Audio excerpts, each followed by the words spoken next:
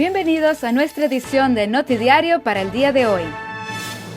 La Corte le ha dado la razón al Hospital Aten en su demanda en contra del gobierno, ya que por años les ha negado la posibilidad de aumentar sus tarifas, por lo que los precios para los pacientes del Seguro Social SVB no han tenido cambio desde entonces, en comparación al Hospital CJCMC, que al solicitarlo ha contado con la aprobación casi inmediata sin ningún problema, lo cual deja sin validez las razones que les han dado hasta el momento al no darles respuesta por problemas financieros.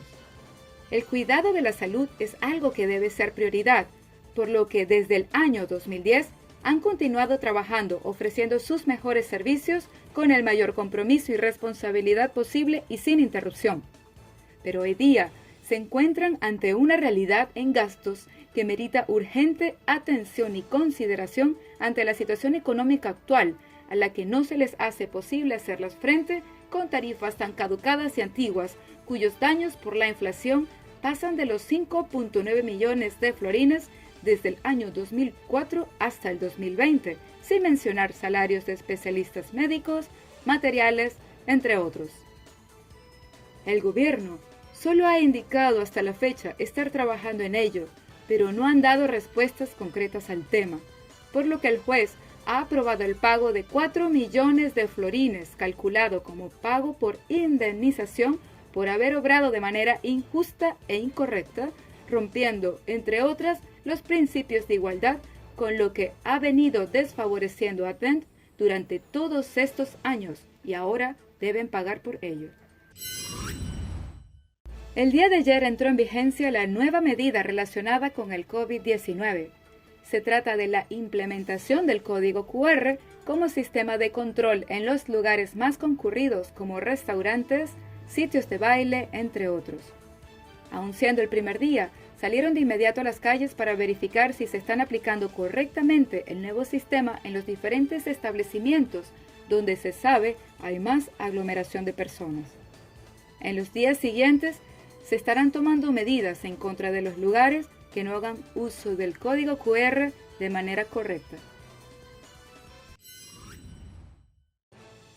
19 de octubre fue el inicio de un gran proyecto a celebrar llamado OFI Vida Nova, llevado a cabo por el Fondo de Pensiones Vida Nova, que consiste en la construcción de un área habitacional de 400 viviendas.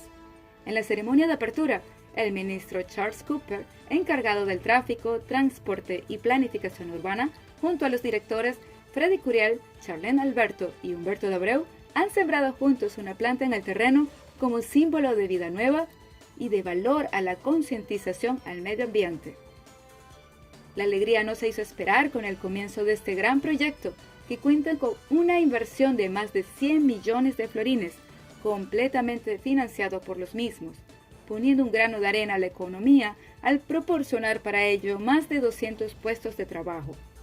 El proyecto cuenta con técnicas de construcción innovadoras y amigables con el medio ambiente.